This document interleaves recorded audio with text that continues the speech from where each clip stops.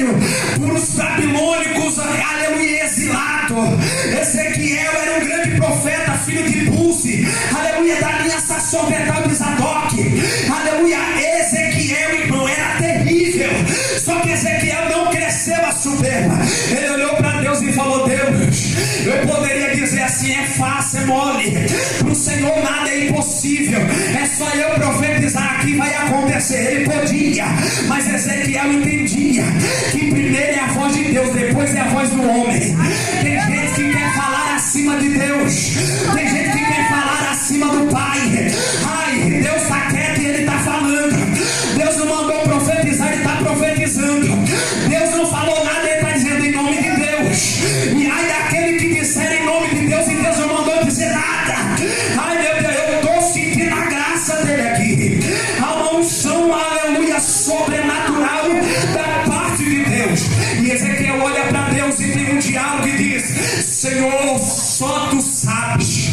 Deus vai então dizer para Ezequiel: Ezequiel, olha para este vale, Ezequiel, e profetiza sobre este vale.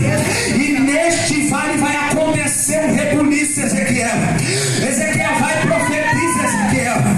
Eita Jeová, e a Bíblia vai dizer que Ezequiel, ele vai profetizar e diz assim: assim diz o Senhor Jeová a esses ossos: eis que farei entrar em vós o Espírito e vivereis, e porei nervos sobre vós, e farei crescer carne sobre vós, aleluia, e sobre vós estenderei pele, e porei em vós o Espírito e vivereis, e sabereis que eu sou o Senhor. Então profetizei como me deu ordem, e houve um ruído enquanto eu profetizava, e eis que se fez um rebuliço, e os ossos se juntaram, cada osso ao seu lugar.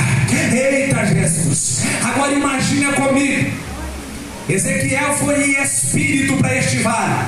Aqui nós temos uma imagem figurativa.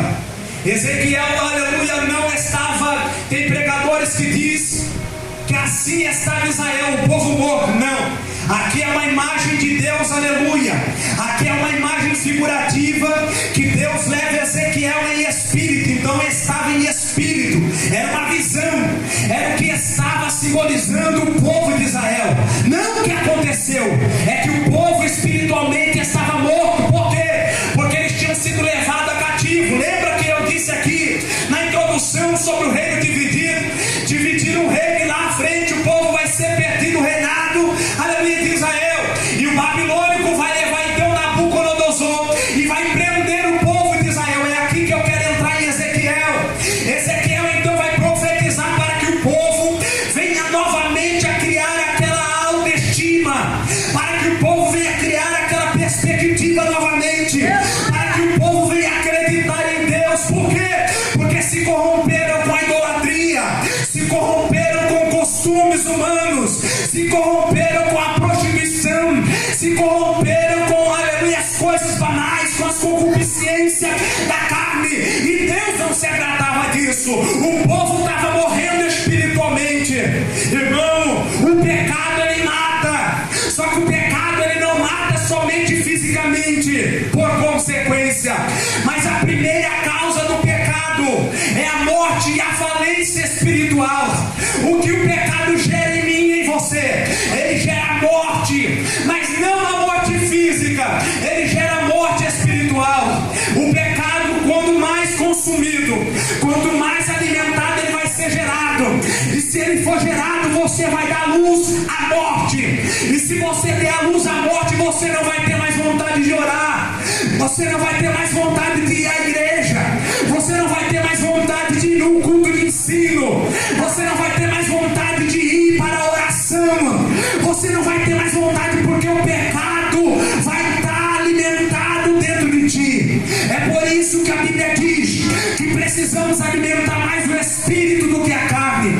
Quem eu e você temos alimentado mais? Quem eu e você temos alimentado diariamente? É mais a carne ou mais o espírito? E sinto muito em te dizer, se você passa parte do teu tempo alimentando a tua carne, os prazeres da tua carne, eu tenho que te dizer, a tua carne está vencendo. E se o pecado chegar, você não vai aguentar, porque a tua carne está frágil, a tua carne está sensível, e qualquer pecado que vier para querer fazer parte da tua alma, do teu corpo, ele vai conseguir.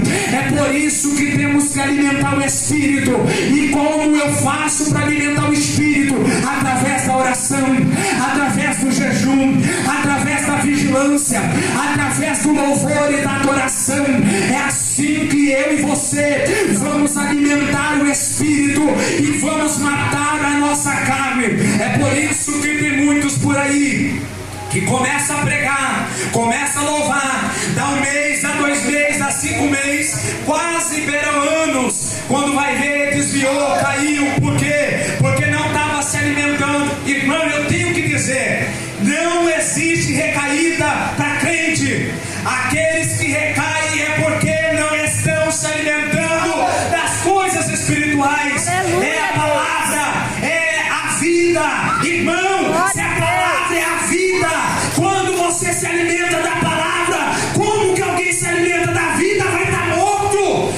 Não tem como, não tem jeito, irmão, não tem maneira. Se eu e você se alimentar das coisas de Deus, não tem como morrer espiritualmente. Não tem jeito. E Ezequiel então vai profetizar no vale de Osso Seco.